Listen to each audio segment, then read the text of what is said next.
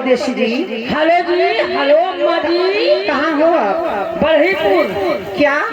बरहीपुर। वहाँ क्या कर रहे हो? बरहीपुर में लहास जलाओ थे, लहास। अच्छा अच्छा, हाँ। घबरा जी, वही घाटे तो है आवे के बाद। हेलो, आज ही जल्दी आइए, मैं परेशान हूँ, ठंडक का मौसम है। परेशान हो? पूरा मेडिकल उठा के लाओ, ठीक करना पे। अच्छा अच्छा आइए।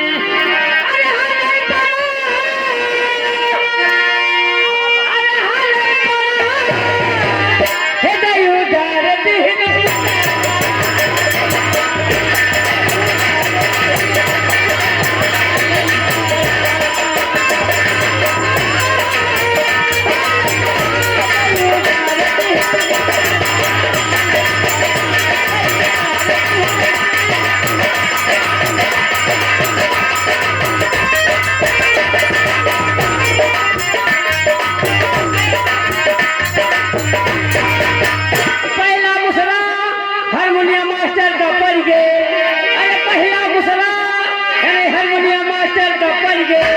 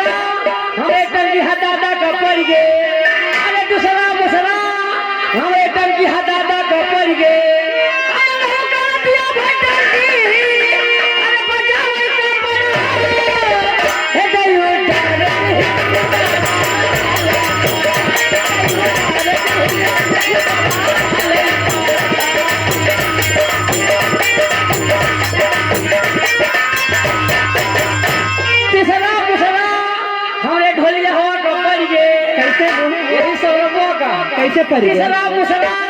हमें ढोलिया हूँ पड़ गए।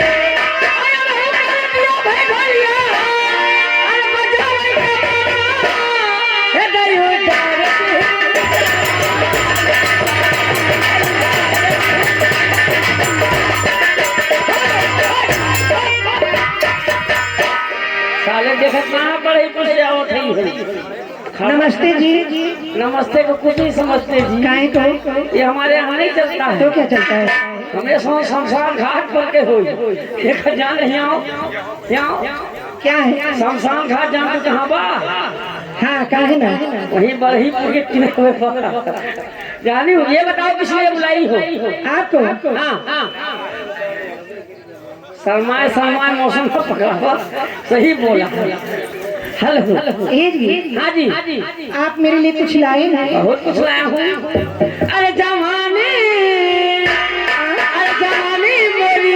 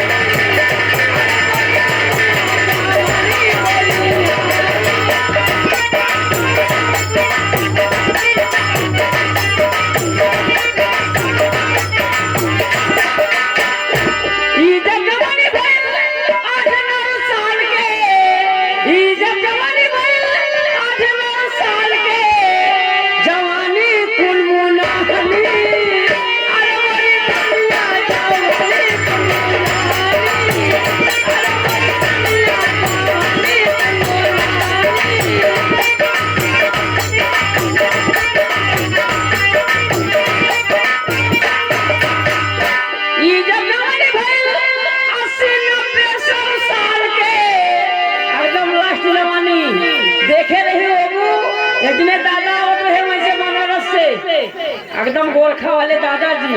उनसे कहीं दादा राम राम कहीं क्या बोलता हाय, हम कहीं दादा कहीं क्या होता हाय, हम कहें यहाँ नाच होता हाय। वो रात बैठ के देखे लेकिन कुछ समझ में ना आवे का हो का होला। ई जब जवानी